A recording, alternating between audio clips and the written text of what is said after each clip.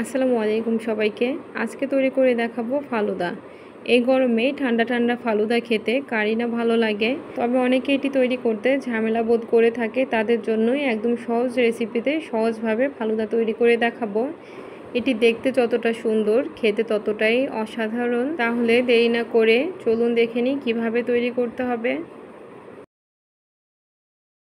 প্রথমে একটি পাত্রের মধ্যে দিয়ে নিলাম 1 কাপ পরিমাণে পানি। এখানে আমি যে ফালুদা মিক্সের প্যাকেটটা ব্যবহার করেছি তার মধ্যে 2টি জেলি মিক্সের প্যাকেট ছিল।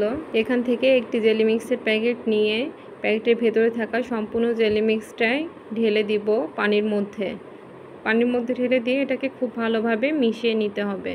কোনো কোনো ফালুদা মিক্সের প্যাকেটে একটি মাত্র জেলি মিক্সের প্যাকেটও থাকতে পারে। পানি এবং জেলি মিক্সটা খুব ভালোভাবে একত্রে গুলিয়ে নিতে হবে বা মিশিয়ে নিতে হবে। ভালোভাবে মিশিয়ে নেওয়া হয়ে গেলেই তখনই চুলাটা অন করে দিতে হবে। চুলাটা অন করে দিয়ে এটি ভালোভাবে একবার ফুটে উঠলে 4 থেকে 5 মিনিট জাল করে এখন এটিকে নামিয়ে নিব।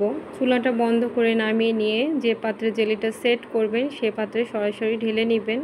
ঢেলে নেওয়ার পরে এটাকে রুমের স্বাভাবিক তাপমাত্রায় ঠান্ডা করে নিতে হবে। ঠান্ডা করার পরে আধা ঘন্টা বা 1 ঘন্টার জন্য নর্মাল ফ্রিজে রেখে দিতে হবে, তাহলে জেলিটা খুব ভালোভাবে সেট হয়ে যাবে।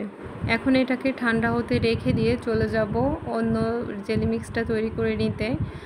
এই জেলি মিক্সটাও একইভাবে তৈরি করে নিতে হবে। তার জন্য প্রথমে একটি পাত্রে দিয়ে নিয়েছি 1 কাপ পরিমাণে পানি। এখন পানির মধ্যে জেলি মিক্সের প্যাকেট থেকে সম্পূর্ণ জেলি মিক্সটাই ঢেলে দিব। সম্পূর্ণ জেলি মিক্সটা ঢেলে দিয়ে এটাকে এখন পানির সাথে খুব ভালোভাবে মিশিয়ে জাল করতে হবে। ভালোভাবে একবার ফুটে উঠলে এটাকেও 4 থেকে 5 মিনিট জাল করে চুলা থেকে নামিয়ে নিব। 4 থেকে 5 মিনিট জাল করার পরে এটিকেও চুলা থেকে নামিয়ে নিয়ে যে পাত্রে সেট করব সেই পাত্রে ঢেলে দিব। এখন এই জেলি মিক্সটাও একইভাবে রুম টেম্পারেচারে ঠান্ডা করে নিয়ে এটাকে নর্মাল ফ্রিজে কমপক্ষে আধা ঘন্টা বা 1 ঘন্টার জন্য রেখে দিব সেট হওয়ার জন্য। জেলিগুলো সেট হতে দিয়ে এখন চলে যাচ্ছি ফালুদা মিক্সটা তৈরি করার জন্য। তার জন্য চুলায় একটি পাত্রে নিয়ে নিয়েছি 1 লিটার পরিমাণে দুধ। দুধটা এখন হালকা গরম হয়ে আসা পর্যন্ত অপেক্ষা করব। দুধটা যখন হালকা গরম হয়ে আসবে সে পর্যায়ে এখন এর মধ্যে দিয়ে দিব প্যাকেটে থাকা ফালুদা মিক্স, সম্পূর্ণটাই দিয়ে দিব।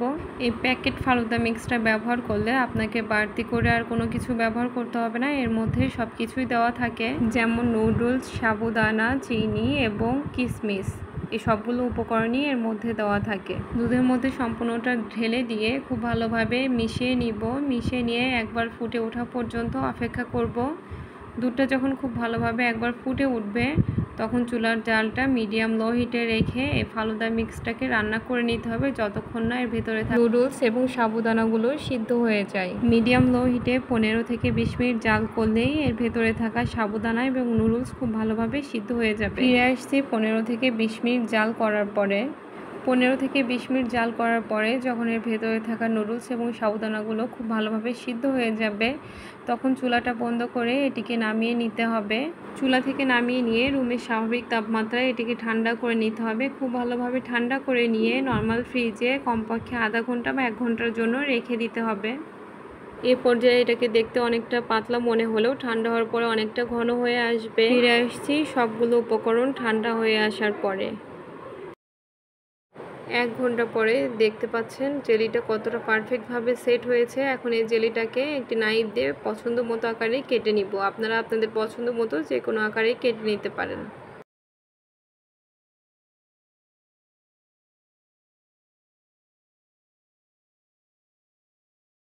একইভাবে অন্য জেলিটাও পারফেক্টভাবে সেট হয়েছে, এটাকেও নাইফ দিয়ে পছন্দ মতো কেটে নিব।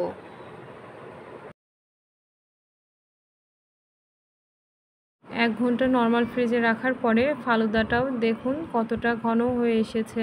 এখন চলে যাব ফালুদা পরিবেশন করার জন্য। আজকে আমি ফালুদার মধ্যে কিছু ফলও ব্যবহার করব, এটা অপশনাল, আপনাদের পছন্দ মতো এখানে যে কোনো ফলই ব্যবহার করতে পারেন। তবে আজকে আমি এখানে কলা, আপেল, বেদেনা এবং আঙুর ফল ব্যবহার করেছি।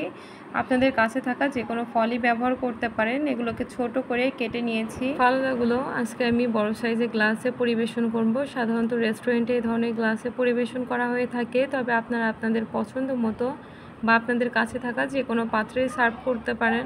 তার জন্য প্রথমে লাল জেলিটা দিয়ে এর উপরে ফালুদা দিয়ে দিব, তার উপরে সবুজ জেলিটা দিয়ে দিব যাতে দেখতে অনেকটা কালারফুল লাগে। ডেকোরেশনটা আসলে যার যার পার্সোনাল চয়েস, এটি যার যার পছন্দ এবং রুচি মতো ডেকোরেশন করে নিতে পারেন। তবে ফালুদার মধ্যে এভাবে কিছু ফল ব্যবহার করলে এটি দেখার পাশাপাশি খেতেও অসাধারণ লাগে। এইভাবে ফালুদার ডেকোরেশন করলে বাচ্চা থেকে বড় সবাইকে অনেক অ্যাট্রাক্ট করে, এতে খাওয়ার প্রতি তাদের চাহিদাটা আরও বেড়ে যায়। এই গরমে একবার হলেও এই রেসিপিটা ট্রাই করে দেখতে পারেন, সবাই অনেক পছন্দ করবে।